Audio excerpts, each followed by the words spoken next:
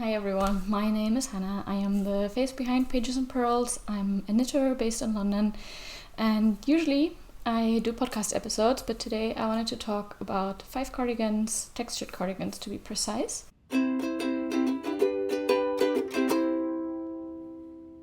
So let's talk about some cardigans. I bought this yarn last year when I was on a family trip in Sweden. It's a very farmy, rustic yarn made out of lamb's wool that is from the Gotland sheep and a little bit of Fennel. So this is a very special yarn to me that I picked up there, and I picked it up with the intention of making a cardigan. And now I was finally looking through some patterns, and I'm not gonna make all of them, but because I found 5 really interesting looking textured cardigan patterns, I thought why not share them with you all, and maybe one of you will find it helpful. If you do, please let me know in the comments below.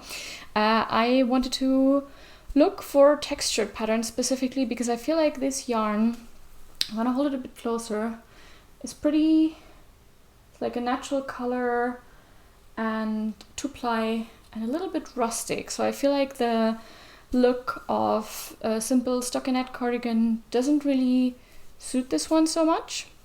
So I looked up a few different cardigans that I wanted to share with you, that I think I already know which one I want to make with this yarn. I will tell you when I get there. First one is actually not one that I looked up, but the one that I'm wearing. And that is the Fennel Seed Jacket by Florence Miller, also known as Handmade by Florence here on YouTube. It's a broken rib stitch raglan cardigan that I hope you can see a bit better. Maybe I should get up. It's a broken rib stitch raglan cardigan. As you can see here, it's constructed from the top down, and you pick up stitches and knit it all together, no after seaming necessary, and then you finish it off with this round collar and the button band that is double knit, and sew on some buttons. And I cropped this cardigan a little bit. I do talk about this in a previous podcast episode at a bit more length. I knit this in Rauma Fennel in this maroon burgundy kind of colorway that I really like, and I only used one strand of it and hit gauge with it. So I love this cardigan. Finished it a year ago. I've been wearing it a lot in winter. It keeps me very warm, and I love it a lot. And I paired it with these buttons from, I'll get a bit closer.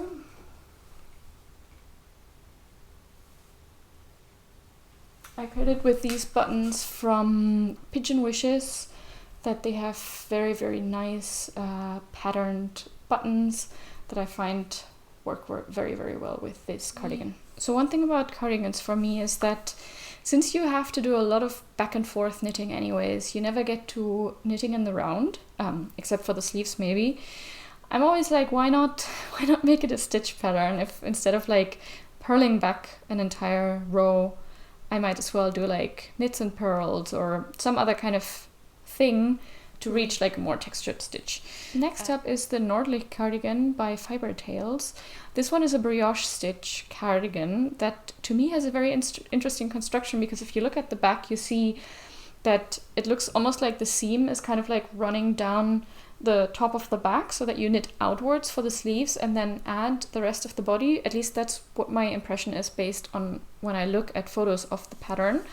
This cardigan is knit in DK weight yarn, and it has a little bit more of a rustic look to it. I really like the oversized slouchy fit, and it's something that I think could maybe be possible for this yarn. This one is more of a sport weight, but I think it blooms out quite nicely if I wash it, so I might try and see if I hit gauge with that. The one thing that intimidates me a little bit is the brioche stitch, because I've never actually done brioche stitch, and I think starting off with a cardigan might be a little bit much, but if it's for you, then go ahead, of course. A somewhat similar but not quite the same pattern is the Ahto Cardigan by Ronja Hakaleto. I don't know if I pronounced it correctly, but this is a cardigan that came out at the beginning of this year and that I've had my eye set on since I think the test call went out. This is a half fisherman's rib cardigan. Again, kind of like a bit slouchy, oversized. It has these very cute toggle buttons. And half fisherman's rib, I have like a fascination for half fisherman's rib. I've never made a garment in that stitch pattern, but I've made loads of like little loop scarves, hats in the pattern. So I do feel confident enough to, whenever I have to think back if I made a mistake. And it also calls for a weight that is basically really, really close to this yarn. So I think the Ahto cardigan is something that I would really, really like to make with this yarn. I think the rustic look, the like sheepy gray natural colored yarn is basically similar to the sample that the designer knit up. But yeah, I think it could be really nice. And one thing that I also find nice about it is that it has pockets. I don't know if I will find it nice once it comes to like knitting them and like seaming them on, but I think it looks really cool. So I think that one is a very, very strong contender for me. Moving on to a cardigan pattern that I think just came out, which is the Lucy cardigan by the Knit Pearl Girl. I think this also comes like in a whole bundle with a vest and with a sweater version, so you get a lot of different patterns for your money. And it calls for a DK weight yarn and is knit in what she calls Andalusian stitch. I've never heard of this stitch, but it looks like a fairly straightforward combination of knits and purls that creates like an interesting texture, similar to the broken rib stitch, I think. It does look a bit different, but I think the difficulty level or amount of involvement is pretty similar. And this one to me also looks like a drop shoulder construction. One cool feature about this pattern, I think, is also that it comes with instructions on how to do a split hem, which can be very nice if you knit an oversized cardigan. Sometimes I find like the split hem at the sides of the body are really nice for the silhouette. And then unlike the other ones that I showed you before, this one comes more with a crew neck, so similar to the cardigan that I'm currently wearing, which I think is also really cute.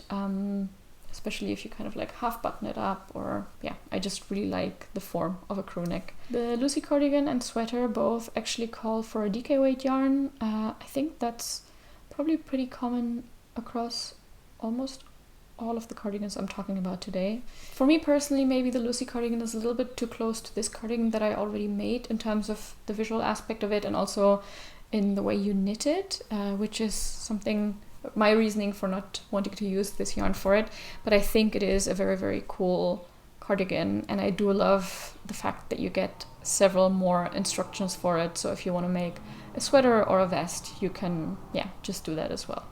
And then last but not least is the Mabel Meadow cardigan by Mipi the Label.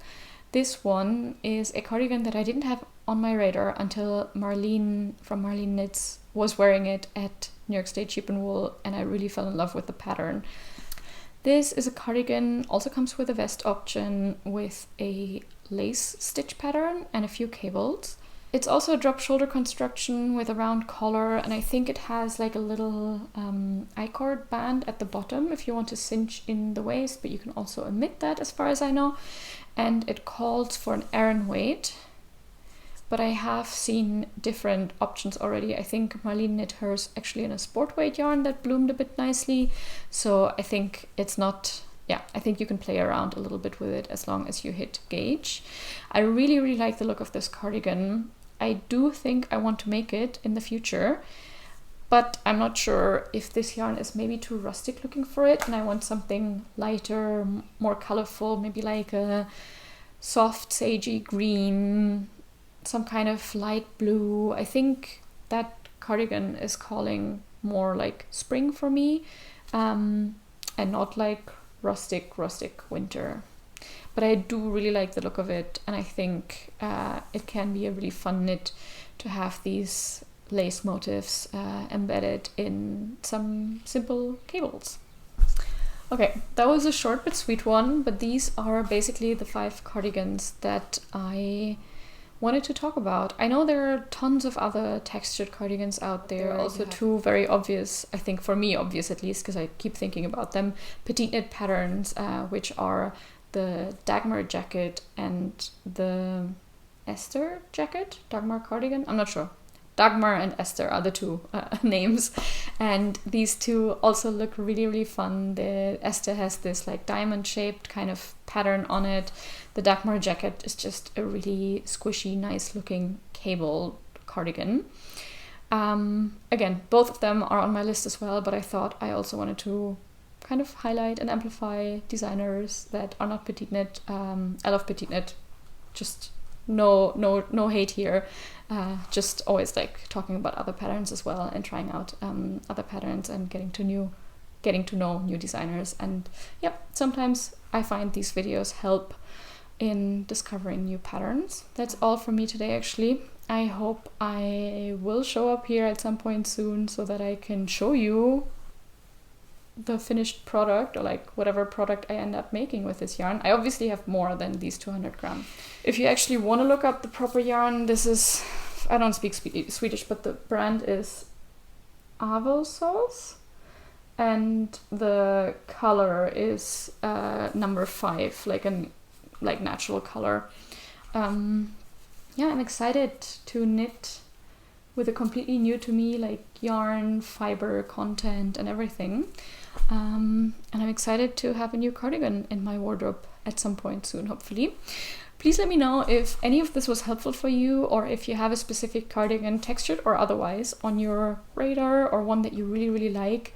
Just comment down below so I can have a look at it and maybe decide to make that one as well. And yeah, thank you so much for hanging out, and I hope you have a nice rest of your day. Bye bye.